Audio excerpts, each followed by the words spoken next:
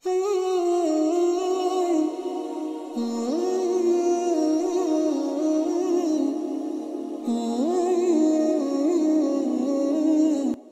yang subscribe dilancarkan rezekinya, dan yang like, komen dimudahkan jalannya masuk surga. Bismillahirrahmanirrahim. Assalamualaikum warahmatullahi wabarakatuh. Syukur alhamdulillah, senang sekali rasanya kita bisa berjumpa lagi di channel ini. Shalawat dan salam selalu dan tetap tercurahkan kepada junjungan kita Nabi besar Muhammad Shallallahu Alaihi Wasallam. Allahumma shalli ala Sayyidina Muhammad wa ala ali Sayyidina Muhammad. Harapan dan doa saya semoga saudaraku semuanya selalu diberikan kesehatan, dilapangkan rezekinya, diampuni dosa-dosanya, dan dipanjangkan umurnya. Amin ya robbal alamin. Sahabat beriman yang dirahmati Allah, salat adalah tiang agama. Bagi mereka yang beriman, salat adalah hal wajib yang tidak boleh ditinggalkan dalam keadaan sakit sekalipun. Rajin menjalankan salat tentu merupakan hal yang sangat baik dan mulia. Namun hal tersebut tidak lantas menjamin seseorang menjadi hamba yang dekat dengan Allah Subhanahu wa Ta'ala. Lalu, siapakah orang yang rajin salat namun justru jauh dari Allah Subhanahu wa Ta'ala? Dan seperti apa cirinya? Dalam suatu hadis, Rasulullah Shallallahu Alaihi Wasallam bersabda, sesungguhnya pertama kali yang dihisab atau ditanya, diminta pertanggungjawaban dari segenap amalan seorang hamba di hari kiamat kelak merupakan salatnya. Bila salatnya baik, maka beruntunglah ia, dan bila mana salatnya rusak, sungguh kerugian menimpanya. Untuk itu, sangat penting bagi kita untuk rutin mendirikan salat. Namun, untuk mendapatkan ridha dan surganya, tidak hanya dengan rajin menjalankan salat. Hal itu harus dilakukan dengan penuh kesadaran, tidak sebatas sebagai rutinitas harian, serta tetap dibarengi dengan menjaga akhlak serta hubungan sesama dengan manusia, agar tidak menjauhkan kita dari Allah Subhanahu wa Ta'ala, Sang Pencipta alam semesta. Sahabat beriman yang dirahmati Allah, berikut ini adalah orang yang rajin salat namun justru jauh dari Allah Subhanahu wa Ta'ala. Yang pertama, orang yang lalai dalam salat. Pada hari kiamat nanti, ada banyak orang yang membawa salatnya kepada Allah Subhanahu wa Ta'ala. Kemudian mereka mempersembahkan salatnya kepada Allah, lalu salatnya dilipat-lipat seperti dilipatnya pakaian yang kumal, kemudian dibantingkan ke wajah mereka. Allah tidak menerima salatnya. Bahkan ada yang celaka dengan salatnya, seperti yang terdapat dalam firman Allah Subhanahu wa Ta'ala dalam surah Al-Ma'un ayat 4-5. Maka celakalah bagi orang-orang yang salat, yaitu orang-orang yang melalaikan salatnya. Rasulullah Shallallahu Alaihi Wasallam pernah bersabda, akan datang pada manusia umat Muhammad suatu zaman banyak orang yang merasakan dirinya salat, padahal mereka sebenarnya tidak salat. Ahmad. Perintah salat adalah untuk mengingat Allah Subhanahu wa Ta'ala. Dikatakan dalam surah An-Nisa ayat 43, sehingga kamu mengetahui akan apa-apa yang kamu ucapkan. Oleh karena itu, dalam mengerjakan salat tidak boleh lalai. Yang dimaksud lalai adalah tidak mengetahui maksud apa yang dibaca dan apa yang dikerjakan. Apalagi jika kurang memperhatikan syarat, rukun, dan ketentuan-ketentuan salat lainnya. Maka yang diperoleh hanyalah payah dan letih. Rasulullah Shallallahu Alaihi Wasallam bersabda, berapa banyak orang yang salat, keuntungan yang diperoleh hanyalah payah dan letih. Jadi, meskipun merasa dirinya salat, tapi hakikatnya tidak salat. Ia tidak akan mendapatkan hikmah Allah Subhanahu wa Ta'ala. Salatnya pun tidak menambah dekat kepada Allah, tapi justru sebaliknya. Rasulullah menegaskan, barang siapa yang salatnya tidak dapat mencegah perbuatan keji dan mungkar, tiada bertambah baginya kesemakin jauh dari Allah. Yang kedua, orang yang suka menggunjing orang lain. Sahabat beriman yang dirahmati Allah, Allah Subhanahu wa Ta'ala berfirman, apakah yang memasukkan Anda ke dalam sak neraka?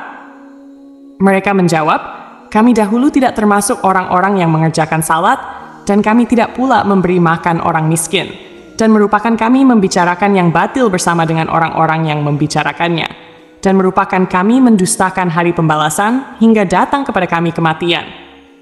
Maka tidak berguna lagi bagi mereka syafaat dari orang-orang yang memberikan syafaat.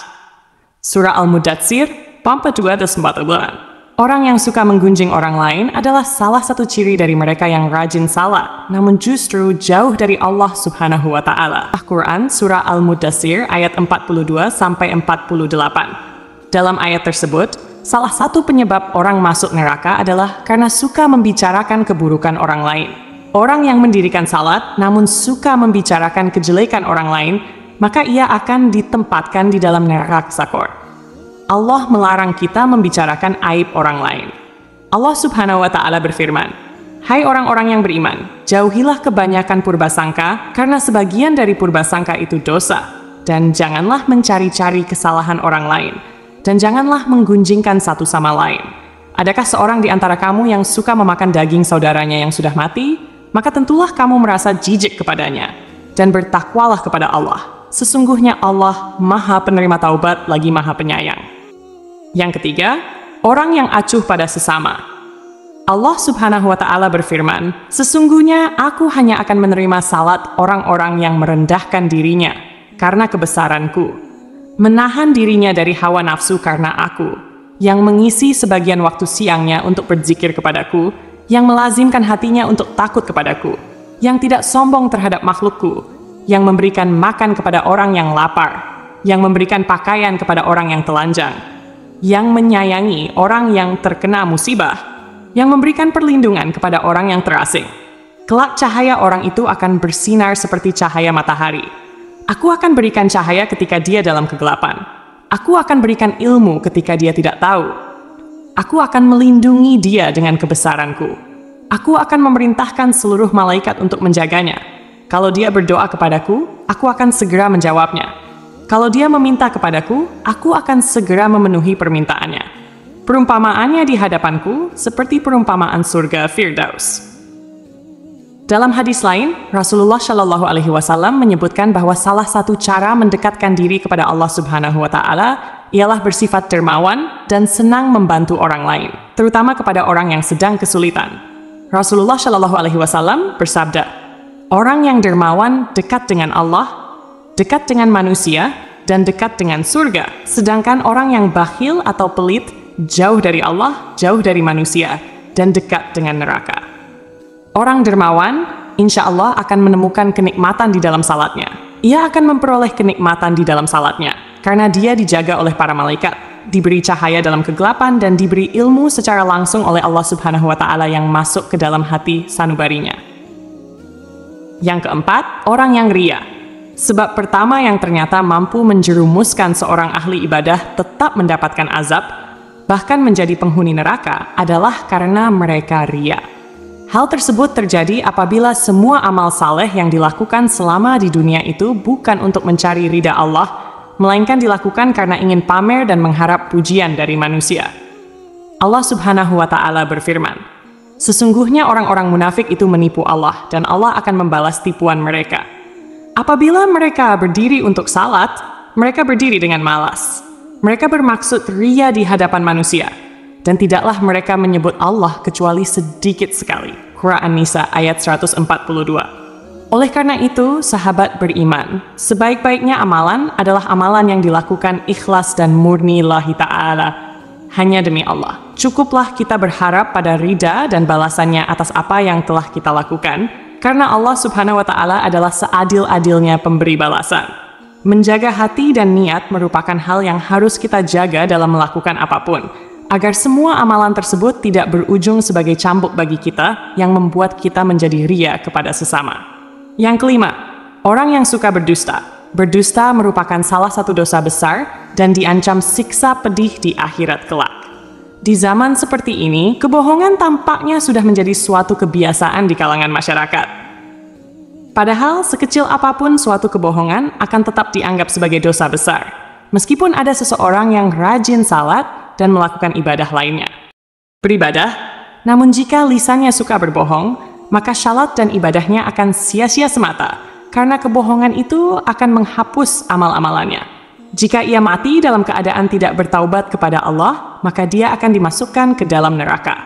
Allah Subhanahu wa Ta'ala berfirman, "Sesungguhnya yang mengada-adakan kebohongan hanyalah orang-orang yang tidak beriman kepada ayat-ayat Allah, dan mereka itulah orang-orang pendusta." Surah An-Nahl ayat 60.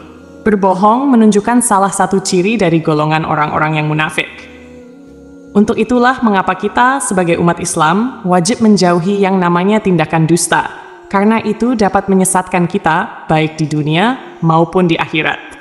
Semoga kita termasuk golongan orang-orang yang rajin sholat dan dekat dengan Allah Subhanahu wa Ta'ala, sehingga kita mendapatkan ridha serta menetap dalam surganya kelak. Amin ya Rabbal Alamin. Wallahu a'lam bishawab. Demikian yang bisa saya bagikan. Semoga bermanfaat untuk kita semua. Assalamualaikum warahmatullahi wabarakatuh.